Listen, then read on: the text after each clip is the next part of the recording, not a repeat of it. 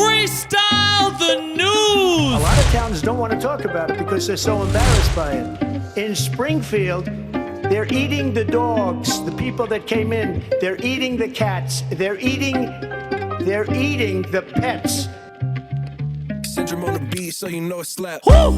It's raining cats and dogs. I'm watching them out of Springfield saying food for thought. They should have told me how much barely an improvement costs. You should have thought before you went and took the condom off. It's like, you got another confession to make. Shit, another month's L's, I be looking to drink. And everybody in the house here been looking for Wayne and Kevin Hart be at his restaurant looking for change. Oh, this a debate? Somebody tell me again, who be crashing out the question when she mentioned his name? With every undecided voter like they looking the same. Like what the fuck is in your eyes, motherfucker, your brain, your head in the game. Shots always double the aim. Tragedy don't even register, this shit is insane. A new hurricane, a Wi-Fi, stop all the planes. I'm like Dave, strong enough, I ain't gonna carry the weight. It's like who?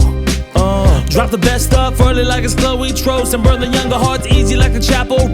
Lost my father in the sky like he James Earl Jones. Like R.I.P. I just saw him cuff Tyreek. Another 4 mass shootings to the few last week. Another cover-up lynching here when no one's speaking. Everybody say it's not that deep. Oh, maybe if it's Taylor on the gram saying it, you get the coverage. She finally endorsed the candidate. The voters up again and Megan losing all the fucking mind. She had enough of it. And Laura taking pictures next to Trump like, are you fucking him? It's crazy. Davey, have another baby. Really gonna hit you farther than the ADHD. Living on a prayer, Bon Jovi gonna save me. Charlie smile ugly like it's motherfucking hate speech. Marvel 2, baby, hit the rhyme and DHC. You wanna see an infinite, it's minuscule differences like iPhone iteratives, the camera kinda nice. I know a bunch of activists who put that money into shine, be like, no problem. Cold cock, I'm like Did Navarro. Go medieval like a wrong costume. I got another fucking level, I'm swinging on him for more. Put an L up in your name, like did he go in the court like, oh.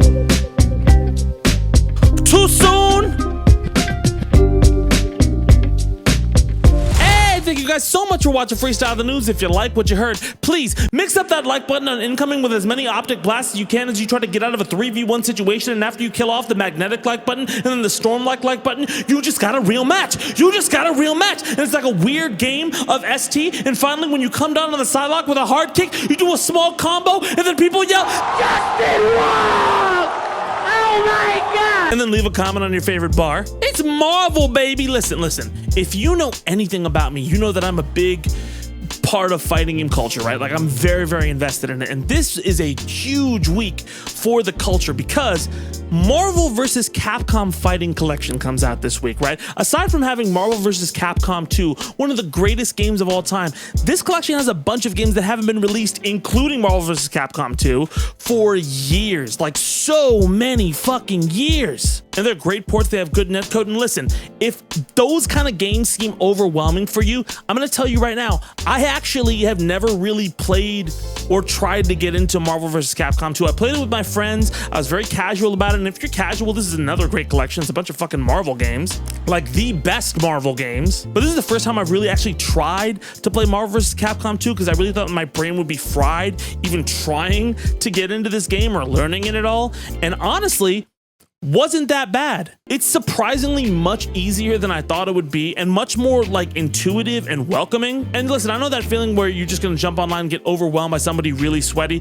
Honestly, like while I was taking my lumps online, it was not that horrible. Like I wasn't completely overwhelmed. I got some good licks in. I finally did win a match and it was incredibly satisfying. The game is so chaotic, but you feel a lot more agency than normal. It's not like you're playing a one-player game like Marvel 3. If you get hit once, you're not touching the controller for like a minute. This game's fast, frantic. It's just fun, dude. And it's easy to see why it's one of the greatest games of all time. This show is not sponsored by this game, by the way. I just really like Marvel vs. Capcom. It's just fucking great. So go pick up Marvel vs. Capcom Fighting Collection. It's a blast to play. All right, let's get straight into this breakdown. Let's start off with the presidential debate. Did you know that we had a presidential debate this week?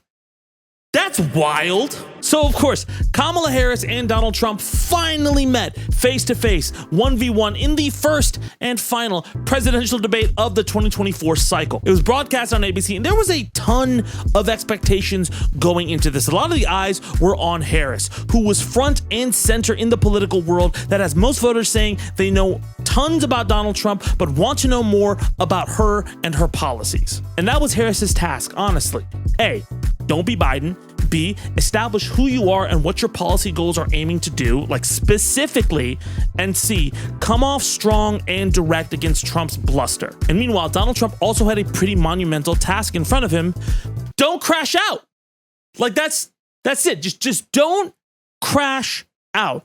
Don't take the bait. Don't crash out. Don't be crazy. Hammer her on being specific or being too much like Biden or border shit, and just don't crash out. Like, if people are face palming, you fucked up, okay? You don't have to, all right? Just 2 minutes, no face palms, and you're clear. What did we get? A leader on IVF, which is fertilization. The IVF, I have been a leader. So just a yes or no, you still do not have a plan? I have concepts of a plan. Orban, one of the most respected men, they call him a strong man. He's a tough person. Problems. And he said, why do you send me a picture of my house? I said, you're going to have to figure that out, Abdul. A lot of towns don't want to talk about it because they're so embarrassed by it. In Springfield, they're eating the dogs, the people that came in. They're eating the cats. They're eating the pets of the people that live there. And this is what's happening in our country.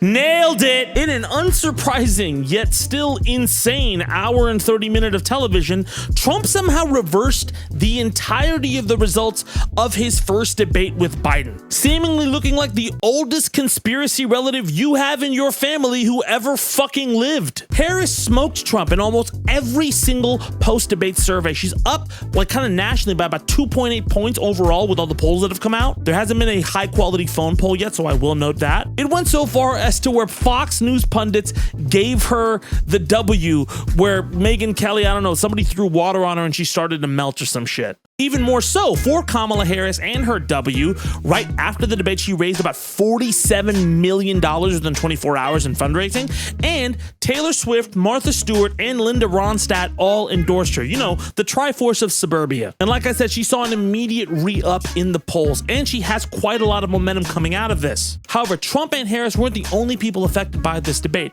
Particularly, there was significant ramifications to Haitians across the country because of Trump's dog and cats are being eaten comments. The fuck? Look, that is a conspiracy theory that was cribbed from a Facebook post. That should tell you the veracity right there, and that it circulated that day. And while there may have been a lot of funny memes around the dogs and cats and a lot of weird racist AI images that came out about them, a lot of Haitians have experienced real life attacks and hate crimes and bomb threats in the wake of all of this stuff being put out there. One of those attacks coming from Marianne Williamson. Hey, Marianne, you remember Marianne from the Democratic primary where everybody's saying like, oh, you know, she's a legitimate contender? Marianne tweeted out that Haitian voodoo is real with like a very big message about the duopoly, but mainly that Haitian voodoo is real and don't dismiss concerns. And then she tried to walk the whole thing back. You're doing great, sweetie. A large majority of you owe Olay an apology. But that conspiracy theory and a lot of the stuff around it is mad racist. Haitians are not eating your fucking pets. And it's important to call out what the Haitian community is going through after the fallout from this debate. Even Mike DeWine had to come out and push back against it, the governor of Ohio. Also, many people felt the ABC moderators were biased because they were actively fact-checking. But again, I'm just gonna say this about moderators. There's not like a single debate where I've said, you know what? Great moderation. Great. You fucking killed it on the moderator side, guys. People love the moderators or hate the moderators. They love fact checks, or then they hate fact checks.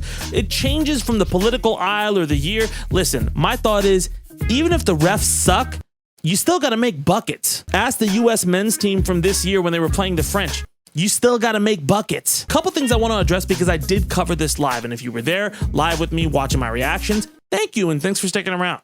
But early on in the debate, I did feel that Harris was a little bit nervous, right? She came up and shook Donald Trump's hand, and he felt like really awkward about it. She was on a bigger stage than she's ever been in her entire life, and a lot of the focus was on her. So naturally, she would be nervous. There was quite a few times where she was directing the attacks at him, and I felt like, listen, you have to use this moment to kind of explain who you are and make sure you're the push, and making him the focus of it, I felt wasn't the best strategy. However, midway through, she pivoted very well and she became much more confident. Whenever they asked a question and she needed to pivot, she at least acknowledged the question before going into her talking points or whatever she wanted to say, which felt less like a dodge. She also directly countered specific points from Trump, comparing her to Biden, and gave specific policy points on her economic message and established her image much more emphatically. She also directly countered a question about guns, saying that she doesn't want to take away guns. She is a gun owner, while still baiting Trump and letting him crash out, which he did. Trump would have an effective line of attack and then meander midway through almost every single answer until he rambled himself into insanity or get needled by something Harris said and just couldn't help himself with the 2 minutes. She also didn't shy away. She was aggressive when she did attack Trump. Putin would eat you for lunch. The generals think you're a disgrace. She also chose those moments carefully. She didn't go for a relentless series of punches. She went strategically there so they had more impact. And so I said that she came away looking very strong.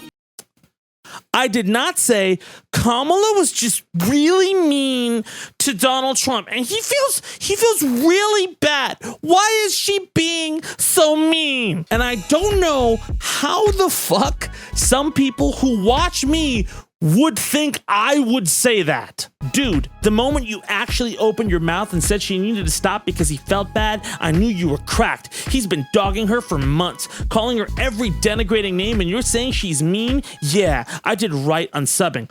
What the fuck are you talking about? Who are you talking to? Also, I'm the guy who called Donald Trump a blue-eyes white Klansman. Hey, who wants to trade for my blue-eyes white Klansman? It's a bad idea.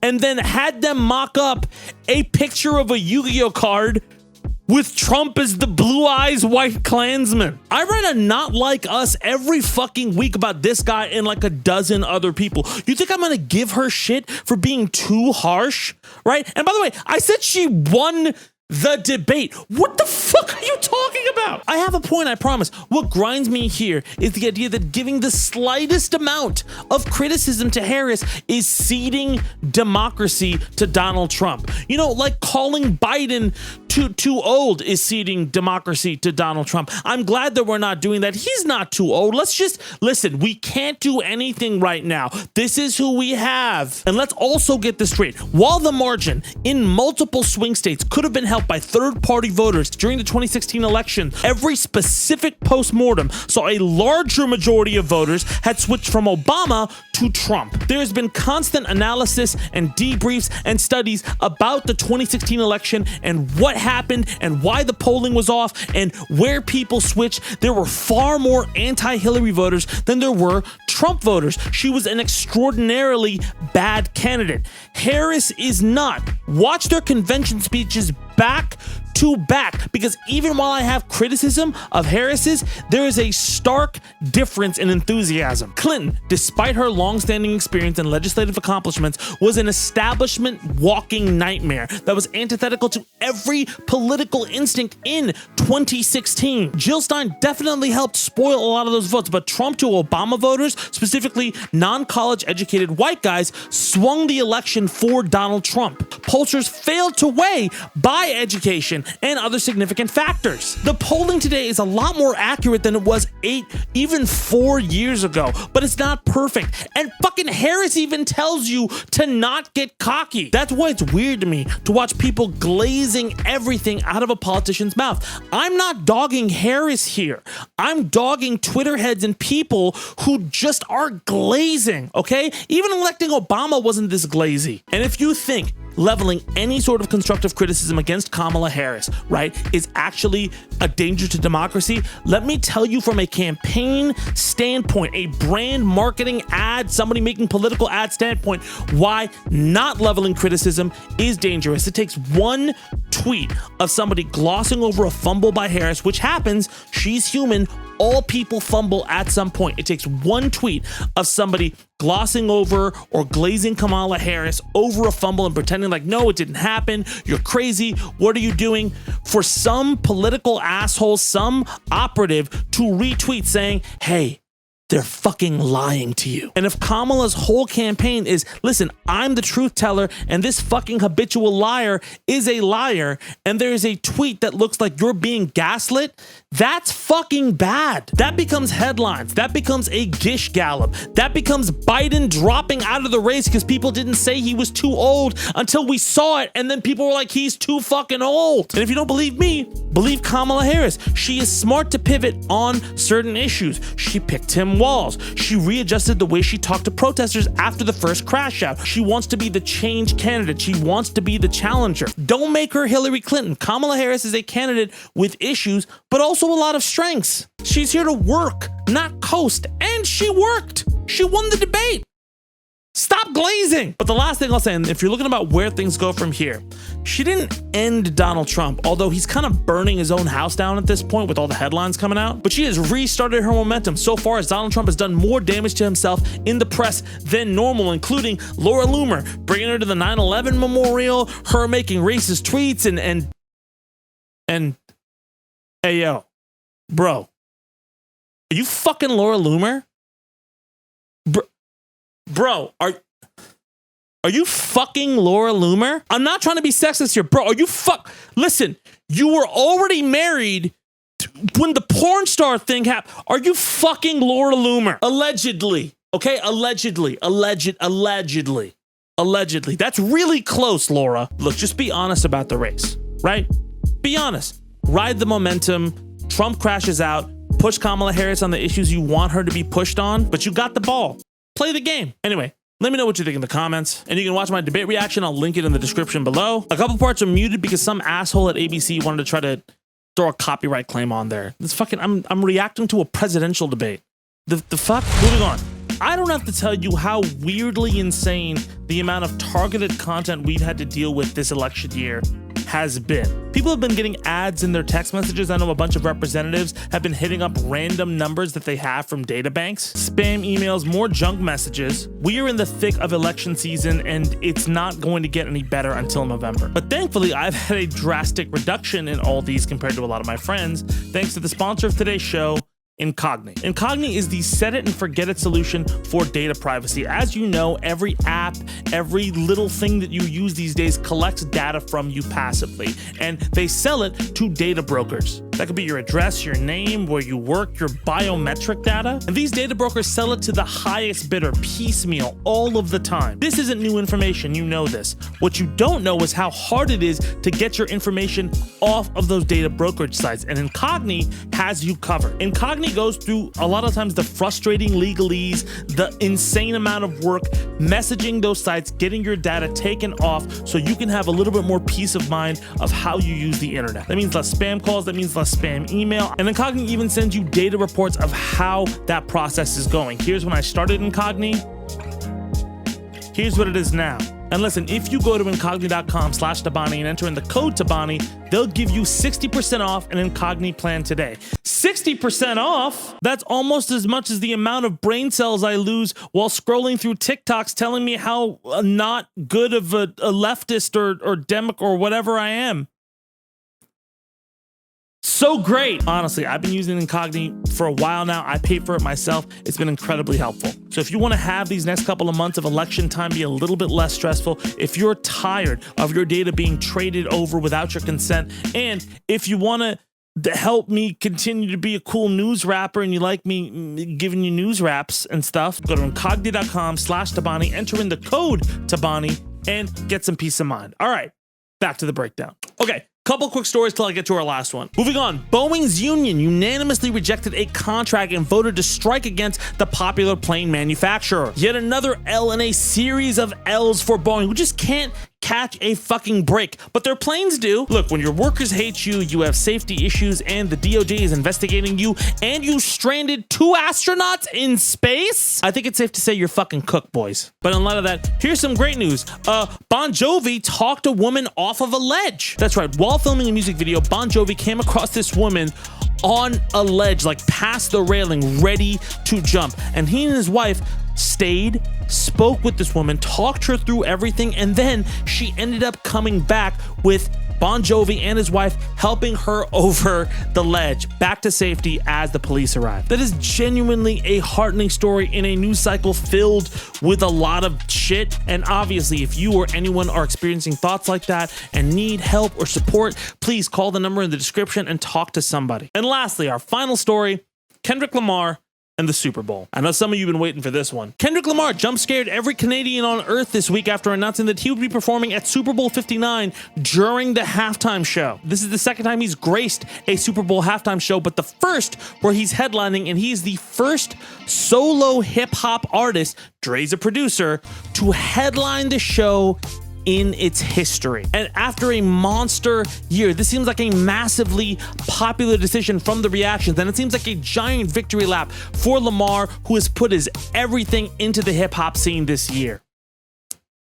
Except for a few things. You see, this year's Super Bowl is taking place in New Orleans, and Louisiana has another pretty famous hip-hop son, Lil Wayne. Now, while reception to Lamar's spot at the Super Bowl was met with a lot of positivity and a lot of Drake dick riding and fighting and a bunch of people trying to make more money off of a beef that ended fucking months ago, no round twos, a lot of the major response was centered around why Wayne wasn't chosen. Nicki Minaj even subtweeting Jay-Z, who's responsible for picking the acts, allegedly saying that he snubbed Wayne because of personal kind of stupid reasons. Denying a young black man for what he rightfully put into this game for no other reason but your ego, your hatred for Birdman, Drake, and Nicki got you punishing Lil Wayne?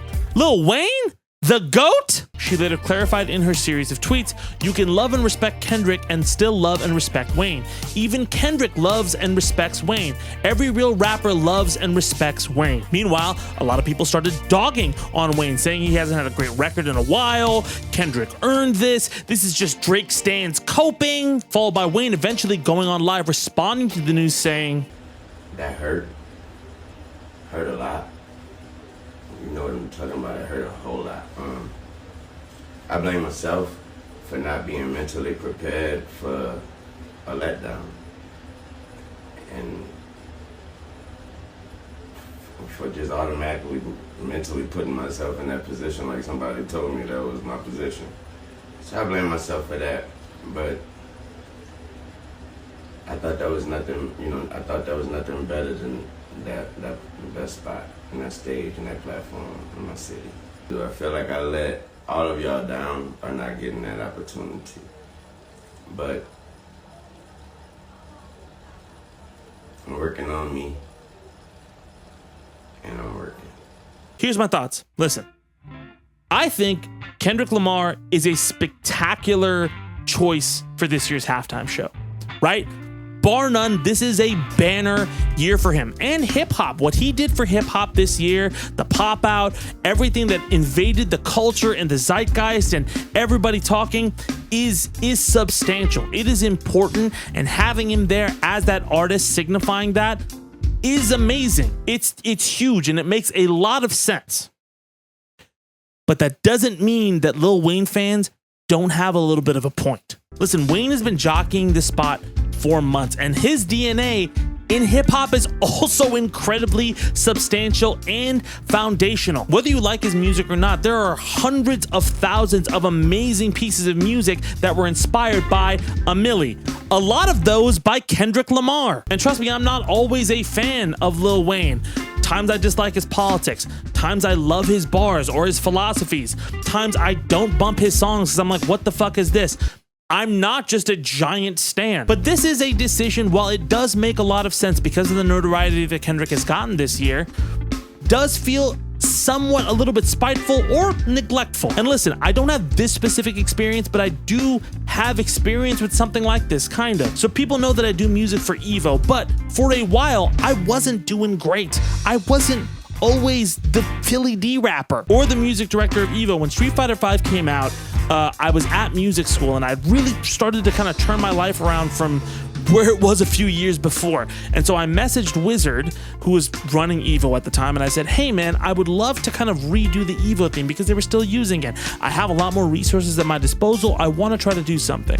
And then Wizard said, yeah, we'll see. And I'd also inquired about doing something for Street Fighter V because I thought it would be really cool to do something at the time. Eventually, Wizard emailed me a licensing agreement because they were going to broadcast Evo on ESPN that year. He asked me to sign it. I wasn't getting like any money from it. And on that same email or the connection, I noticed that he said that Lupe Fiasco would be doing the Street Fighter V song, because Lupe was having a banger year in the fighting game community. The whole Daigo thing happened, but look, I felt really, really shitty then, and I got tweets at the time, which some of you can look up right now, saying, oh, Red Rapper is probably crying into his air mattress right now, and a lot of other shit while I was in the crowd watching my old theme play and Lupe's theme play. Now, eventually, your boy got back in, but that did feel disconnected a little bit. Like, I did feel pretty hurt by that whole thing, and I get it. It's a business, it's all that. You have to take in a variety of factors, especially where I was and how a lot of things were going. So I get being passed up and feeling like you do deserve something. And I'm not saying that Lupe didn't deserve the spot that year, but listen, Wayne has done massive amounts for his city and for hip hop. His imprint in hip hop is enormous. And Nikki is right. Kendrick loves Lil Wayne. Lil Wayne was one of the first people to put Kendrick Lamar on, brought him out on tour. You think Overly Dedicated happens without Lil Wayne? I don't know, man. I would love a world where Kendrick brought out Wayne, maybe on stage as like a surprise. It would be an amazing unifying moment, like another unifying moment that he did in hip hop earlier this year. Maybe that might happen, but listen, I think you can be excited for Kendrick and know that he meant no ill will here and still feel for Wayne. It's personal when it feels like your home is passing you by. But let me know what you think in the comments. And that's our show. Thank you guys so much for watching. Hopefully I'll have a haircut next time you see me, because this is just getting out of fucking control. You can go watch Freestyle the News. You can go watch my debate reaction. You can go play Marvel vs. Capcom, which is fucking great. Sign up for Too Soon Crew. You can watch episodes of this ad-free, by the way, on TooSoonCrew.com. And either way, just thank you guys for sticking around and supporting me and everything like that. Anyway, my name is Tabani. Thank you guys so much for watching, and I'll see y'all soon. Let's go!